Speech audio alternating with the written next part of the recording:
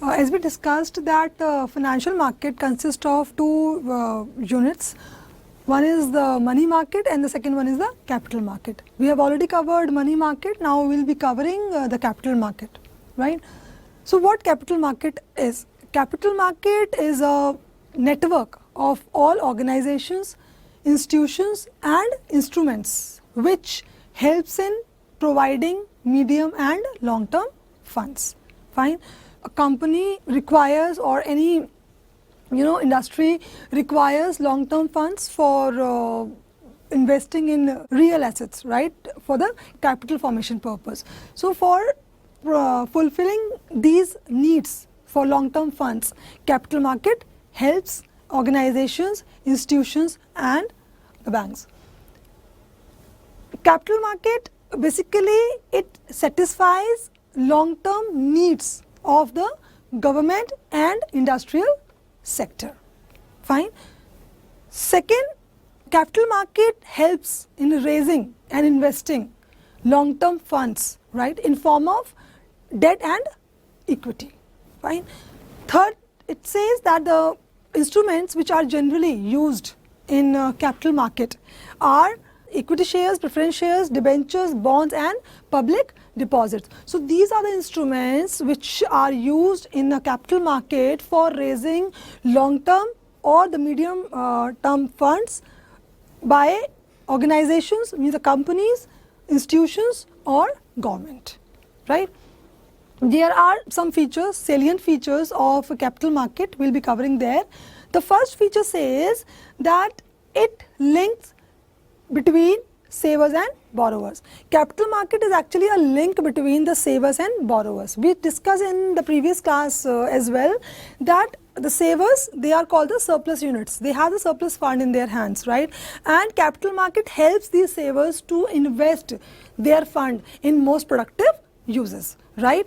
So it provides or it bridges that gap, or it provides a link to the savers wherein they can invest their fund, the surplus fund, in the most productive use, and who further puts that fund which is provided by the savers, right? Deficit units, they are called the entrepreneurs or the borrowers. They borrow money from the savers, right? And the money which is borrowed is invested in the most productive uses by this deficit unit, right?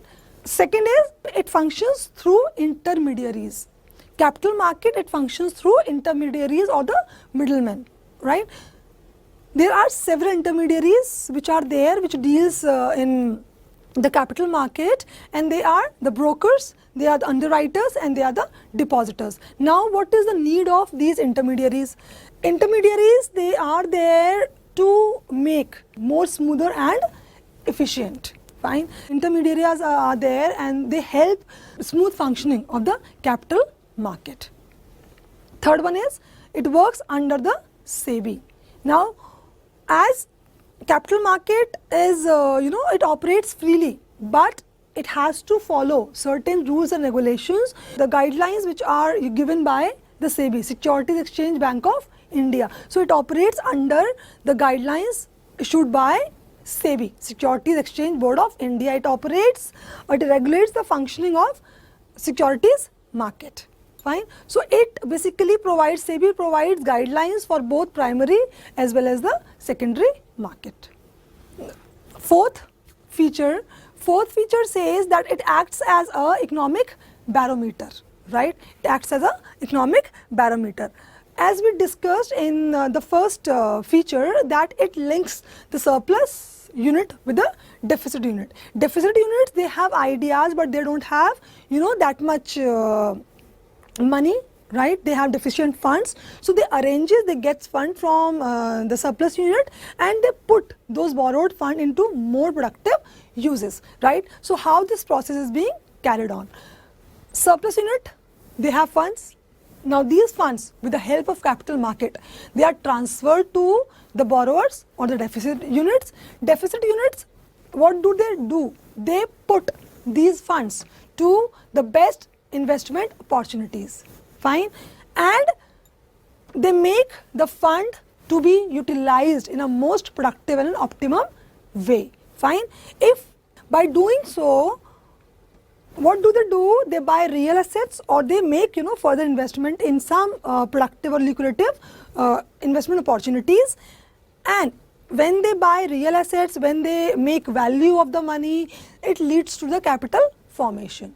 If in any country capital formation is more by these deficit units, ultimately it indicates, it depicts that, or it signifies that that particular country or the nation is actually growing and developing. So capital formation ultimately helps in the growth and development of any country. Fine. So indirectly you will see the savers, they are helping